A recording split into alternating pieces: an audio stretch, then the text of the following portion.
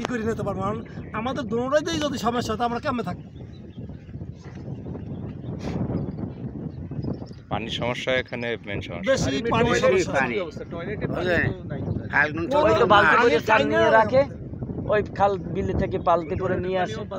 জি জি জি ভিতরে সব ঘরেই টয়লেট, ওই টয়লেটের পানি আমরা ওই কলস ভরে আনি। এখন এই পুকুর চালু হলে কি পানির সমস্যা সবার শেষ হয়ে যাবে? আমাদের এই খাবার পানি যোগ্য করে দিলে হবে। মোট কত পরিবারের জন্য এটা? 449-এরই এটা সাপ্লাই হবে, সারা বছর থাকবে, শর্ট পড়বে না। কোনো শর্ট পড়বে না। আরও ধরেন 8 ফুট যদি খরিন করি আমাদের এই পুষ্করিণে খাবার পানির যোগ্য করে, তাহলে আমরা সারা বছরই আমরা খাইতে পারবো।